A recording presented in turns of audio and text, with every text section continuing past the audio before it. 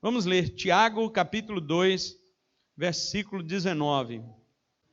Tiago 2,19 diz assim: crês tu que Deus é um só? Fazes bem. Até os demônios creem e tremem. Amém. Os irmãos podem se assentar. As crianças podem ir. Os demais irmãos estejam atentos à palavra de Deus, para que nesta noite nós possamos continuar a nossa meditação do nosso terceiro tema que nós estamos falando aqui, sola fide. Esta é uma palavra latina, um termo latino que significa somente pela fé, ou pela fé somente, porque esta era a briga de Lutero com a igreja. A igreja católica dizia: você é salvo pela fé, mas também você é salvo pelas obras, mas também você é salvo pelo batismo, mas também você é salvo pelo sacrifício de Cristo, mas também você pode perder a sua justificação. Então, Lutero dizia: mas que bagunça é essa? Não, nós somos salvos somente pela fé. Nós somos justificados somente pela fé. Veja bem também um outro detalhe, para você não confundir. Lutero nunca disse que nós somos salvos por causa da fé. A Bíblia nunca diz que você é salvo por causa da fé. A Bíblia sempre diz: somos salvos por meio da fé. A fé é o meio da salvação e não a causa da salvação. A causa da salvação nós já vimos, que é o segundo brado da reforma, sola gratia. Não é? Este é o motivo da nossa salvação. Se alguém perguntar por que somos salvos, qual a razão da nossa salvação, a resposta é a graça de Deus. Agora, se a pessoa pergunta qual o meio pelo qual nós alcançamos a salvação, a resposta é: o meio é a fé. E é somente a fé. Não tem outra coisa, é somente ela. Então, o problema da Igreja Católica com relação a Lutero é que a Igreja Católica não aceitava esta palavra somente. Não é? Nós vimos isso na semana passada. Mas hoje, nós vamos ver, como Lutero, o que é afinal a fé salvadora. Nós vamos ver por que razão ela tem que ser sozinha. Por que tem que ser sola? Por que tem que ser somente? Para justificar o que crê. E finalmente nós vamos mostrar que só a fé justifica, mas a fé que justifica não está só. Esta era uma frase de João Calvino, que ele dizia: só a fé justifica, mas a fé que justifica não está só. Este era um termo que ele queria abranger a explicação de Paulo, quando Paulo dizia que somos justificados somente pela fé, e também ele harmonizar com Tiago, o texto que nós lemos aqui hoje, que Tiago diz que Abraão não foi justificado somente pela fé, mas as suas obras demonstraram a sua fé que o justificou. Então Calvino bolou esta frase e disse assim: só a fé justifica, mas a fé que justifica não anda só. Então nós vamos ver isto mais para o final. Por enquanto nós vamos ver uma definição da fé salvadora. Quero também deixar na mente dos irmãos que quando Lutero dizia sola fide, ou somente a fé, ele estava colocando isso na doutrina da justificação, certo? A justificação é que é somente pela fé. Então vamos lá, vamos definir o que é a fé salvadora, porque nós temos várias espécies de fé, nós temos vários aspectos da fé, mas precisamos, entre todos esses aspectos, definir qual é a fé que realmente salva. Eu vou dar alguns exemplos para vocês, e vocês vão perceber que, nestes exemplos, muita gente se encaixa nesse tipo de fé. Todavia, essas pessoas não estão salvas. Deixe-me dizer aqui pelo menos 5 tipos de fé. Eu vou falar primeiro da fé histórica. O que é a fé histórica? É você crer nos fatos acerca de uma pessoa ou acerca de algum acontecimento. Então vamos lá, você crê que Jesus veio à Terra? Como foi dito no início do culto, você crê que Jesus nasceu de uma virgem com o seu ventre purificado pelo Espírito para que Jesus nascesse sem pecado? Você crê que Jesus viveu uma vida sem pecado? Você crê que Deus é um só?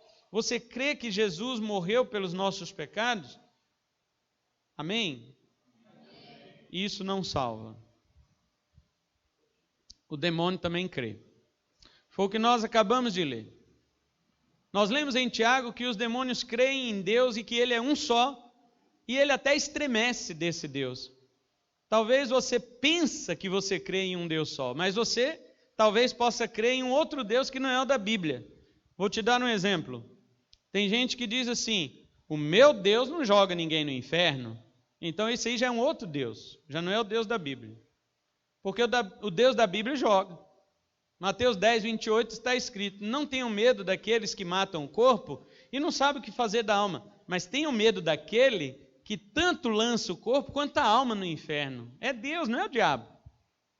Não é o diabo que lança corpo e alma de ninguém. O diabo pode matar o corpo, se Deus assim o permitir, mas ele não sabe o que fazer da alma da gente. O homem mau, o assassino, pode matar o nosso corpo, mas ele não sabe o que fazer da nossa alma. Agora, Deus sim. Deus, ele sim, ele sabe o que fazer da alma da gente. E Jesus deixa bem claro que ele pode jogar tanto o corpo quanto a alma no inferno. Jesus não diz que o homem que vai porque quer, não. Jesus está dizendo que é Deus que manda. Então, quando você diz, o meu Deus não joga ninguém no inferno, isso é um Deus que você criou na sua cabeça. Portanto, é um outro Deus. Está vendo como você não crê que Deus é um só? Então, o demônio tem mais razão do que você. Tiago, ele diz assim: tu crês que Deus é um só? Você crê no Deus da Bíblia? Você crê que Deus é amor para salvar, mas também é justiça para condenar? Beleza, ótimo. Os demônios creem nisso e ainda estremecem. Por acaso você já estremeceu de Deus algum dia? Você, ao pensar em Deus, você, ao pensar no poder de Deus, na justiça de Deus, você chegou a estremecer? Então a fé do demônio é muito mais profunda que a sua, porque ele estremece. Então veja bem que nem sempre o Deus que você pensa é exatamente o Deus verdadeiro. Isso se chama ídolo mental, ídolo da mente. Isso se chama um ídolo fabricado no nosso pensamento, no nosso gosto. Deus fez o homem à sua imagem e semelhança. Agora nós ficamos aqui fazendo um Deus à nossa imagem e semelhança. Nós ficamos fabricando um Deus que é um Deus que fica parecido com a gente. Nós ficamos fabricando um Deus que tem a ver com a gente, tem a ver conosco. Isso é idolatria, não é adoração. Se você adora esse tipo de Deus que você está pensando, é melhor você estudar a Bíblia. Abandone o Deus do seu pensamento e procure conhecer o Deus da palavra para você o adorar. Porque senão, você não está adorando o Deus verdadeiro. Mas se você crê no Deus verdadeiro ainda, não, pastor, o Deus que eu creio é o da Bíblia mesmo, ele salva, ele condena. Ele é o Deus que mata, mas ressuscita. Ele é o Deus que fere e cura. Ele é o Deus que tira a vida e dá. Ele é o Deus todo-poderoso, o Criador do céu e da terra. Você pode fazer toda a confissão verdadeira que nem a Bíblia diz sobre Deus. Ainda assim, esta fé não salva. É necessário você crer nisso, claro que é. Mas esta fé, somente ela não salva. Porque isto é uma fé histórica, é uma fé sobre fatos. É uma fé, digamos que, ela existe até no mundo espiritual, no reino dos demônios. Ela existe. No entanto, algum demônio vai ser salvo porque crê em Deus? Não. O segundo tipo de fé que as pessoas confundem e acham que vão ser salvos por causa daquele tipo de fé é a fé miraculosa. O que é a fé miraculosa? É aquela fé que o indivíduo crê que se ele vier pedir oração ao pastor, ao presbítero, ao missionário, a quem quer que seja, ao crente, Deus vai abençoar a vida dele. Ele está enfermo e ele diz assim: olha, já procurei os médicos e a minha enfermidade não teve jeito. Eu vou numa igreja e quando aquelas pessoas orarem por mim, eu serei curado. E ele vem e nós oramos e ele de fato é curado. Mas ele acha que isso lhe salva. E eu digo, não salva. Isto se chama uma fé no poder de Deus, não a fé no Deus poderoso. Você crê no poder de Deus e não no Deus do poder. Isso não salva. Uma dor de cabeça, uma cólica, isto e aquilo. Ninguém nunca resolveu, a oração resolveu. Então Deus gosta de mim. Não necessariamente. Vou até dizer uma coisa, e eu espero que vocês se espantem com isso que eu vou dizer. Uma pessoa me perguntou: pastor, por que nós somos crentes, filhos de Deus, e sofremos tanto assim? E o ímpio que blasfema de Deus, ele não está nem aí para Deus, ele vive a vida tranquila dele. Não acontece nada com ele, nada dá errado para ele. Tudo dá errado é para a gente que é crente. Eu disse para esta pessoa assim: ainda bem, porque quando as coisas dão errado, nós procuramos a Deus. Deus, até quando Ele não quer salvar uma pessoa, quando Deus não quer salvar, Deus começa a dar muitas coisas boas para ele, que ele gosta. Porque esse cara, daquele jeito, nunca vai procurar Deus. Aquelas bênçãos, que Deus lhe dá, se tornam em laço para a sua condenação. Porque Deus já quer condenar aquele cara. Deus já quer jogar ele no inferno. Então se Deus começar a tratar ele com dificuldades, ele vem procurar Deus. Mas Deus não quer que ele procure Deus. Então Deus dá muitas coisas que envolvem ele naquilo lá, no pecado dele lá. E aí ele abraça aquilo tudo, blasfema de Deus, nega a existência de Deus, não está nem aí para Deus, e não acontece nada ruim com ele. Para quê? Para que ele ache que está tudo bem, e isto seja um escorregador para ele cair dentro do inferno. Porque Deus quer isso, condená-lo. Pode ficar assustado. É isso mesmo.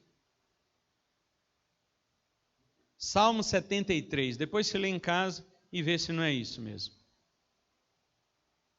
O próprio salmista ficava preocupado: Senhor, mas eu sou teu servo e as coisas dão errado para mim. O ímpio lá, tudo dá certo para ele. E ele diz assim: eu cheguei a ponto de quase blasfemar, de quase abandonar tudo. O salmista falou. Mas ele diz assim: até que entrei no santuário do Senhor e atinei para o fim dos ímpios. Ele fala. Quando eu entrei no santuário, irmão, quando você entra na casa de Deus, você começa a perceber as coisas. Você tem uma nova visão, você tem a real visão das coisas. Então ele disse assim: na verdade, Senhor, tu os colocas em lugares escorregadios. As bênçãos de Deus para o ímpio servem de tobogã para que eles caiam no inferno.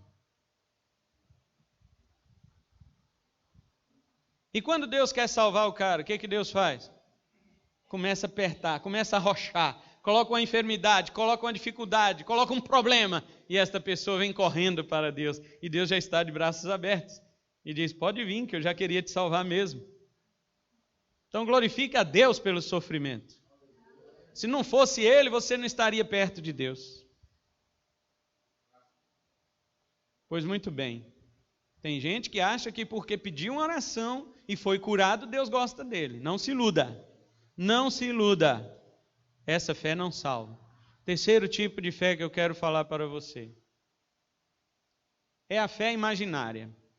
A fé imaginária é aquela fé que o cara, ele até veio para a igreja, veio aqui na frente, confessou Jesus como Senhor, batizou nas águas, toma ceia, faz um monte de coisa na igreja.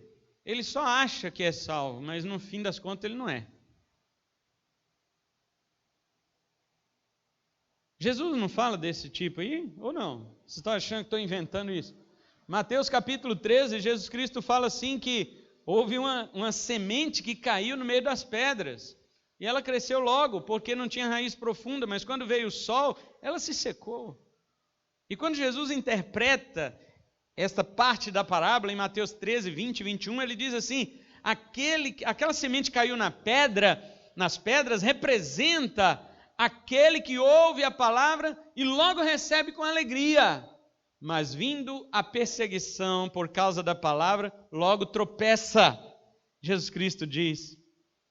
Quantos crentes estão vindo pela euforia? Vamos fazer um encontrão, vamos fazer um não sei o quê, vamos fazer isso e aquilo, e anima todo mundo, e todo mundo é tremendo, e vem chorando, Deus, eu quero. Semana que vem não está mais. Isso é um pequeno exemplo, porque na realidade isso pode acontecer com o tempo. Você pode ficar 1 ano, 2 anos, 5 anos, 10 anos, 20 anos. Eu fiz em maio 40 anos de crente. Você pode ficar 50 anos de crente, mas o que Jesus disse é, se alguém não perseverar, vou falar o contrário, né? De forma negativa, se você não perseverar até o fim, você não é salvo. A pessoa, eu perseverei, mas só até a metade, então você não perseverou. Perseverar tem que ser até o fim, meu amigo. Você já pensou, a maratona lá é de 40 quilômetros e você vai correr 20 e quer troféu? Jesus diz que quem perseverar até o fim é que é salvo. A característica do salvo é esta, que ele persevera até o fim. E a fé imaginária deixa o sujeito mal acostumado, porque ele acha que é salvo e ele vive do jeito que ele quer. Ele não tem um Senhor sobre sua vida. Ele não tem um Senhor sobre sua vida. Ele é Senhor de si mesmo.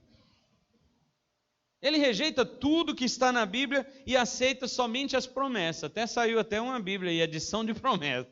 O cara abre lá, está marcadinho, todos os versículos que tem promessa. Ele só lê aquilo, porque ele quer ser vitorioso nesse dia, nessa semana que o Senhor me deu. É vitória e não sei o quê. É mensagem de WhatsApp, diz você vai vencer. É vídeo que, tá vendo aqueles prédio no Japão, aqueles negócios que balançam, mas não cai, e é esses negócios que a gente fica, essas coisas que vão amaciando o ego da gente, a gente fica todo, que legal, Deus me deu vitória, e só fica nessa conversa, irmãos, o diabo está sorrindo, tranquilo, porque quanto menos o crente entender da palavra, melhor para o diabo, é muito melhor.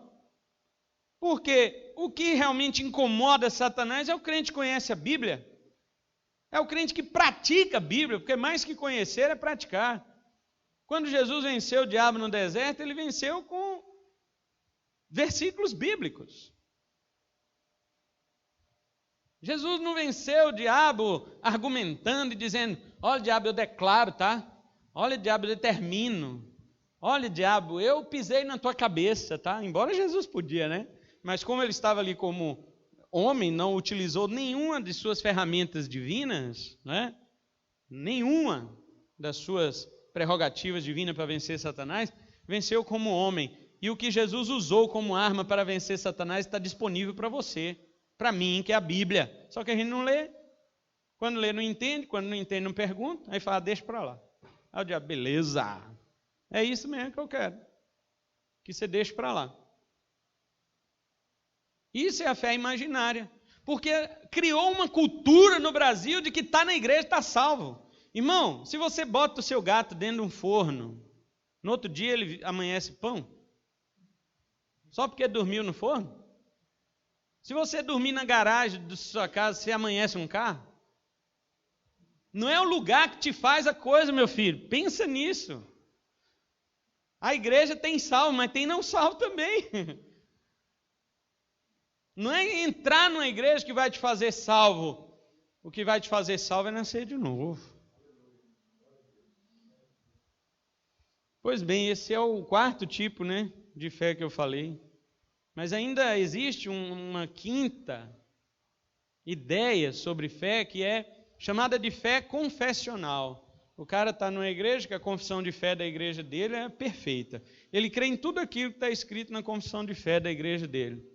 Mas não é salvo. O que adianta crer? Crer em Deus Pai Todo-Poderoso, Jesus, Senhor, ressuscitou. O que adianta? Uma fé confessional, ela apenas expressa a verdade bíblica, mas não significa que aquela verdade está dentro de você. Porque a verdade estando dentro de nós, ela nos transforma. Conhecereis a verdade e ela faz o quê? Liberta o cara. Mas não, ele acha que conhecer a verdade é apenas ajuntá-la no intelecto. Não resolve, não salva, não adianta. 5 tipos de fé que eu falei aqui. Agora existe a fé salvadora. Os hebreus sempre tiveram uma sabedoria prática. Eles não eram especuladores como os filósofos gregos. Os filósofos gregos eram especuladores. Eles tinham ócio criativo, eles sentavam na praça para pensar. Pagava alguém para cuidar da casa enquanto eles iam pensar em algum lugar. Tem até aquela estátua do pensador, né? Com a perna dobrada e o cotovelo sobre a coxa, escorada na testa, pensando no queixo, pensando para que dali saísse alguma pérola. Porém, esta pérola, ela é apenas especulativa. Ela não é algo prático. Os gregos, para os irmãos terem uma ideia, na sabedoria socrática, eles desenvolviam argumentos e davam aula de retórica e argumentação para os alunos se defenderem nas causas dos tribunais. Às vezes eles convenciam um grande público de uma mentira, da maneira como eles falavam. Eles eram peritos no falar e eles convenciam todo mundo de que eles estavam certos, quando na verdade eles estavam errados. Até tem a história do professor Córax e o seu aluno Tísias, que eles combinaram entre si o seu aluno receberia aulas de argumentação. E então, quando chegou o final do curso, que o professor foi cobrar o aluno, então Tísias disse para o seu professor, ele disse assim, olha, eu não vou pagar o senhor, porque se o senhor me ensinou bem, então eu vou argumentar a tal ponto que eu vou te convencer a não pagar. Se eu não conseguir te convencer, então o senhor não me ensinou bem. Então eu não te pago porque você não foi um bom professor. Para os irmãos terem ideia onde que chegava o ócio criativo desses homens. Eles pensavam a tal ponto de querer convencer a sociedade ou uma pessoa, enfim, de qualquer coisa que eles quisessem. Mas não os judeus. Os judeus, eles tinham uma sabedoria prática. A sabedoria grega era intelectual, retórica e bem elaborada, mas os hebreus eram de uma cultura, de uma sabedoria que derivava de uma experiência, fosse na vida, na família, no trabalho, ou até mesmo com Deus, suas experiências religiosas. Você pode ler o livro de Provérbios, tudo aquilo que está sendo falado em Provérbios, Eclesiastes, são parte da sabedoria experimental, é uma sabedoria vivida, não é uma sabedoria pensada, que ficava ali imaginando, criando ponto contra ponto, criando tese, antítese, síntese e assim por diante. Não, era uma sabedoria prática. Crer nos fatos ou nas verdades é necessário, mas ainda não alcança o verdadeiro significado da fé salvadora. O texto que nós lemos é um exemplo disso. Os demônios creem em Deus, eles chegam a estremecer, mas isso não resulta em salvação para eles. Por que vai resultar para você? Crer na mensagem do evangelho que se prega é necessário, mas ainda não significa verdadeira conversão. Eu quero dar 2 exemplos aqui na Bíblia para os irmãos desse tipo de fé. Um está em João capítulo 8, verso 30 até o 47. Não vou ler o texto, mas vou contar o caso. Jesus debatia com os judeus sobre sua messianidade. E a Bíblia diz lá no verso 30 que muitos judeus ouvindo isso creram nele. Agora olha o desenrolar da história. Está escrito assim, muitos judeus ouvindo isso creram nele. Aí no 31, Jesus dizia, pois, aos judeus que haviam crido nele, se vós permanecerdes em minhas palavras, sois verdadeiramente meus discípulos e conhecereis a verdade e a verdade vos libertará. E aqueles judeus já ficaram irados com Jesus. Eles haviam crido. E ficaram irados com Jesus e disseram, nós não somos escravos de ninguém. Nós somos filhos de Abraão, não somos escravos de ninguém. E Jesus disse, todo aquele que pratica o pecado é escravo do pecado.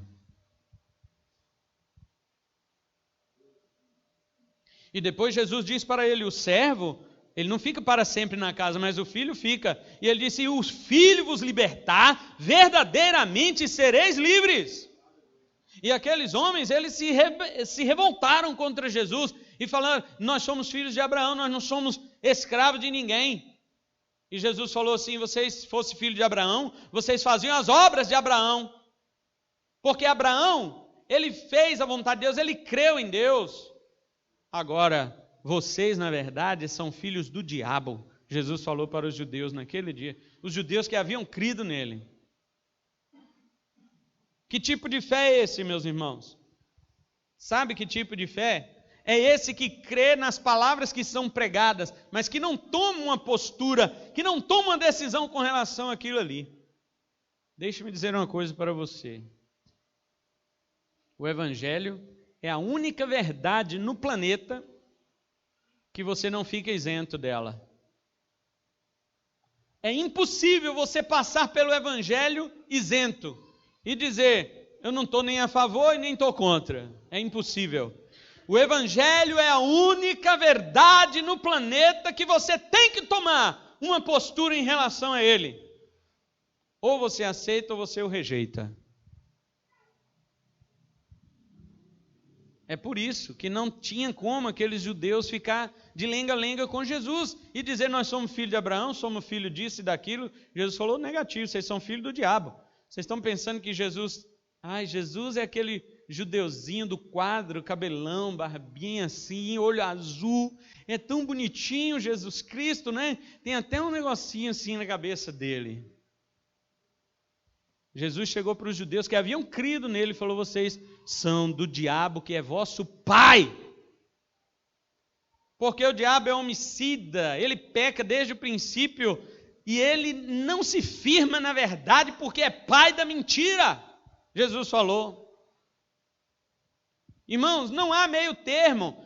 Crer naquilo que está sendo pregado exige-se uma decisão em relação àquilo que está sendo pregado. Isso aqui não é uma sabedoria grega, isso aqui não é um discurso vazio, lançado às quatro paredes, isso aqui é a palavra transformadora do Evangelho do nosso Senhor.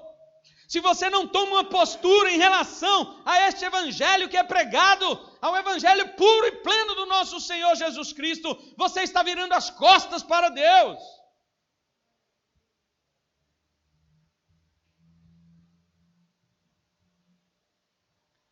Outro exemplo é Simão, o mago. Lá em Atos capítulo 8, verso 13, fala que Filipe foi lá para Samaria pregar o Evangelho, porque Jerusalém tinha perseguição. Filipe fugiu, os diáconos fugiram, os crentes fugiram, só ficaram os apóstolos. Está vendo? Diáconos, não me abandonem. Mas foi por uma boa causa. Eles fugiram, mas pregaram o Evangelho por onde iam, né? E lá em Samaria, Filipe prega o Evangelho e os irmãos sabem o que acontece? Havia naquela cidade um mágico chamado Simão. Este homem era famoso, iludia as pessoas de Samaria com seu ilusionismo, com as suas artes mágicas. Só que, quando Filipe chegou lá naquela cidade, olha o que aconteceu. Filipe pregava o Evangelho, expulsava demônios, curava enfermos e batizava os que criam. E o mago Simão ficou impressionado. E a Bíblia diz que ele creu. Verso 13 fala, creu também Simão e foi batizado. Simão, mago, creu na mensagem de Filipe e foi batizado. E ficava impressionado acompanhando Filipe. Todo lugar que Filipe ia, curava enfermos, expulsava o demônio. E Simão estava, como é que esse cara faz essas mágicas? Porque as minhas é tudo ilusionismo. Aí, quando os apóstolos lá em Jerusalém ficam sabendo que o Evangelho está pegando fogo em Samaria, Pedro e João vêm para Samaria, perguntam a Filipe o que está acontecendo, Filipe explica, e eles observam que nenhum dos samaritanos tinha recebido o Espírito Santo. Então Pedro e João impõem as mãos sobre os samaritanos que haviam crido, e o Espírito Santo desce sobre eles, e eles falam em línguas e profetizam. Aí Simão, o mago, enlouqueceu. Ele falou, se o negócio que Filipe fazia já era bonito, esse de Pedro é melhor. E aí chamou Pedro para, a parte e disse para ele assim, Pedro, quanto você quer que eu pago para que você me dê também essa mágica? De colocar a mão sobre as pessoas e elas receberem o Espírito Santo? E se Pedro fosse um pastor de hoje, ele ia dizer assim, vem aqui no meu gabinete, vamos conversar. Tudo tem um preço, né, Simão? Tudo tem um preço, mas você sabe. Olha, o de Filipe, tem um preço, mas o meu, meu amigo, eu acho que nem todo o dinheiro que você arrecadou nas suas apresentações de mágica vai poder me pagar. E Simão ia dizer, pode falar o que for que eu pago, porque eu quero este poder de pôr as mãos sobre as pessoas e vir sobre elas o Espírito Santo. Mas graças a Deus que Pedro não era um pastor dos nossos dias. Pedro era o apóstolo de nosso Senhor Jesus Cristo. E ele virou para Simão e disse, o teu dinheiro seja com você para o inferno. Ah, não pode falar assim, que machuca a pessoa, coitadinha. Hoje em dia tem uma diplomacia, tem uma tal de politicamente correto, que você não pode ofender. Ai, me ofendeu. Simão ia sair de lá todo ofendidozinho. Ia chamar o público dele e chorar. Igual que a música fala, né? Não chore se o mundo ainda não notou. Já pensou o crentinho chorando? Ai, o mundo... O que você está chorando, irmão? Ah, o mundo não notou que eu sou uma pérola. Vou falar o que é isso, não. Conheço por outro nome. Mas não vou falar, não. Pedro não tinha papas na língua. E ele disse para aquele mágico, o teu dinheiro seja contigo. Ele nem quis saber quanto era. O teu dinheiro seja contigo para perdição. Porque você julgou que poderia comprar o dom de Deus com o dinheiro. Olha, arrependa-te desse teu caminho, porque eu vejo que o teu coração está em fel de amargura e ciladas do diabo, do engano. E então Simão respondeu para ele assim, ora aí vocês por mim, para que essas coisas não aconteçam comigo. E foi embora. Esse homem creu, meus irmãos. Foi até batizado, Filipe batizou o homem, mas ele creu. Não, por quê? Porque há pessoas cuja fé é imaginária, ele pensa que creu. Ele acha que receber as verdades do Evangelho no intelecto é crer. Não! O que de fato vem a ser então a verdadeira fé salvadora. Vou falar de modo simples para você, para nós encerrarmos com isto aqui. Eu disse agora o que não é a fé salvadora. Agora eu vou dizer o que é a fé salvadora. De modo simples, a fé salvadora não é crer que, mas é crer em. Você crê que Deus é um só? Você crê que Jesus nasceu de uma virgem? Crê que Jesus viveu uma vida sem pecado? Crê que Ele morreu? Crê que Ele ressuscitou dos mortos? Você crê que Ele está sentado à direita de Deus? Amém, é importante, mas nada disso salva, porque é crer que. Mas a verdadeira fé é crer em. É crer numa pessoa, é crer em Jesus. Não é crer que Jesus fez isto ou aquilo, mas é crer na pessoa de Jesus. A fé salvadora poderia ser chamada de confiança depositada totalmente na pessoa de Cristo. Crer é confiar a ponto de se entregar sem reservas ao governo e ao senhorio do nosso Senhor Jesus. Isto é crer. Na Bíblia, crer é confiar. Vou dar um exemplo de Jean-François Rabelais. Este francês, ele foi muito mais, ele era um acrobata, né, um equilibrista, mais conhecido pelo seu nome artístico nos Estados Unidos, Charles Blondin, que caminhou por uma corda bamba sobre as cataratas do Niágara, nos meados do século XIX. Este homem, ele fazia suas acrobacias de todos os jeitos. Até com a cadeira, sentado na cadeira, ele atravessava, ele ia pulando com a cadeira, um pé da cadeira batendo na corda. Este homem atravessava com as mãos, atravessava ajoelhado, ele atravessava em pé, de todo jeito. Imagina as cataratas do Niágara, uma corda bamba. E Charles Blondin, diante de toda aquela multidão que estava aplaudindo, admirada pela loucura, né? Porque não é coragem, um negócio desse é loucura. Admirada, batendo palmas, e ele disse, quantos acreditam que eu consigo atravessar novamente? E todo mundo levantou a mão, eu! E ele perguntou, quem quer vir comigo? Ninguém. Ninguém. Então, o que ele fez? Ele chamou Harry Colcord, que era o seu empresário, e disse, Harry, suba em minhas costas. E o empresário agarrou nas costas de Charles Blondin, e eles dois atravessaram as cataratas do Niágara sobre uma corda bamba. E ele disse, segura, meu filho, segura. Você confia em mim? Ele, eu confio. E aí agarrou nas costas dele, e os dois atravessaram, e todo mundo aplaudiu. Agora vamos supor que isto fosse Jesus. Jesus está dizendo, você crê que eu sou o Salvador? Você diz, ei! Jesus pergunta, você crê que só eu dou a vida eterna? Ei! Você quer vir comigo? Ninguém quer. Então, Jesus Cristo atravessa aqueles que estão com ele, leva para o outro lado, e os batedores de palma vão para o inferno. A coisa é mais séria com Jesus do que com Charles Blondin. Pode aplaudir Jesus tanto que você quiser, não tem problema. A questão não é o que, mas é em quem. Não é o que você crê, mas em quem você crê. Não é o que você acha que Jesus pode fazer e do que ele é capaz, mas é de você estar com ele quando ele está fazendo. Esta é a fé bíblica.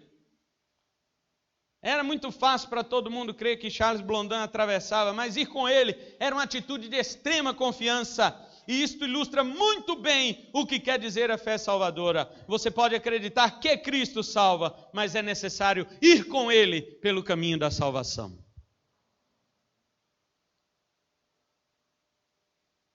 Hoje, eu encerro esta segunda parte da mensagem Sola Fide, mostrando para os irmãos apenas uma definição do que é fé.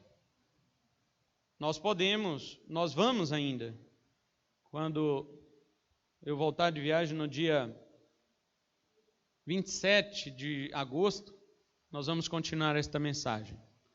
E nós vamos falar por que a fé tem que ser só para justificar. E finalmente nós vamos falar como é que Deus justifica e de que maneira as obras acompanham a fé que justifica o crente.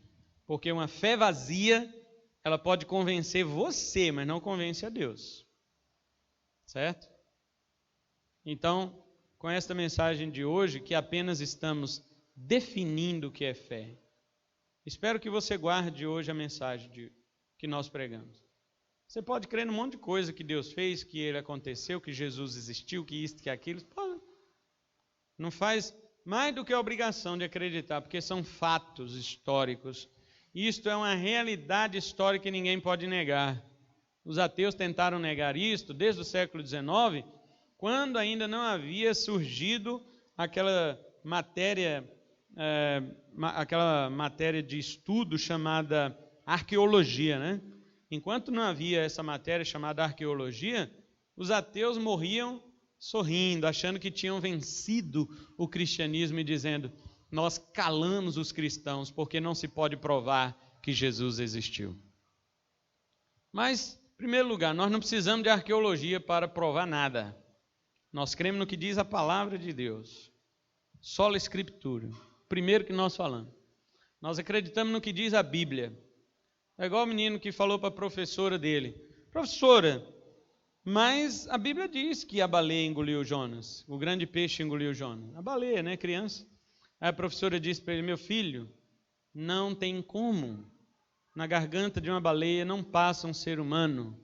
Para com essa besteira de ficar acreditando em tudo que você lê na Bíblia. Ele falou, professora, se a Bíblia dissesse que Jonas engoliu a baleia, eu ia acreditar. Quanto mais que foi a baleia que engoliu Jonas. Muito mais fácil, não é? Então, era impossível convencer aquele menino, né?